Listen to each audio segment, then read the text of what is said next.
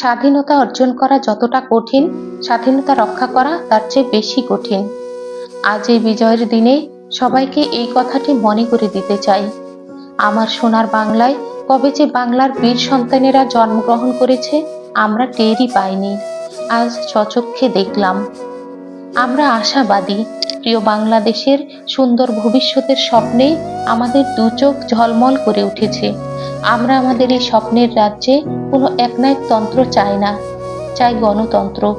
গণতন্ত্রের মূল মন্ত্রকে ধারণ করে দেশ পরিচালিত হবে, এ আশায় আমরা বুক বেঁধেছি। আমরা চাই না আর লুটতরাজ, চাই না আর লাশের পাহাড়, চাই না আর আতঙ্ক। আমরা শান্তি চাই, সাধারণ মানুষ স্বস্তিতে বাঁচতে চাই। কে আছে এমন নেতা যে দেশকে ভালোবাসে, যে জনগণকে ভালোবাসে, যে নিজের বুক দিয়ে আগলে বাংলার অসহায় মানুষকে রক্ষা করতে পারে? কে এমন আছে যে বাংলার কৃষক, শ্রমিক, রিকশাওয়ালা, দিনমজুর, প্রতিবন্ধী সকল অসহায় মানুষের কথা বেশি করে চিন্তা করবে, জনগণের সত্যিকারের স্বাধীনতা এনে দেবে? কে আছে এমন যে নিজের পকেট না ভরে জনগণের পকেট ভরানোর কথা চিন্তা করবে, যে এই দেশটাকে মায়ের মতো ভালোবাসবে? আমরা দেশ নিয়ে শঙ্কিত। আমরা চাই এদেশের সকল রাজনৈতিক দল স্বাধীনভাবে তাদের মতামত প্রকাশ করবে, সকলে একে অপরের দোষ ত্রুটি তুলে ধরার সুযোগ পাবে।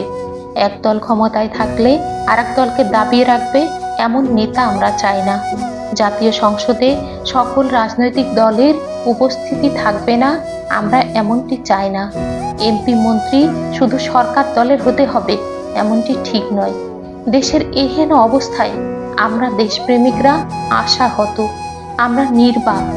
আমরা দেশের এই লুণ্ঠিত অবস্থার জন্য কারা দায়ী তা খুঁজে বের করার আহ্বান জানাই। দয়া করে এমন একজন নেতা এগিয়ে আসুন যাকে আমরা আস্থা ভরে সাদরে গ্রহণ করব, যে তার বিচক্ষণতায় দেশকে ঢেলে সাজাবে। আজ এই পর্যন্তই। সবাই ভালো থাকবেন, সুস্থ থাকবেন। আতঙ্ক পেরিয়ে সুন্দর সকালের প্রত্যাশায় শেষ করছি।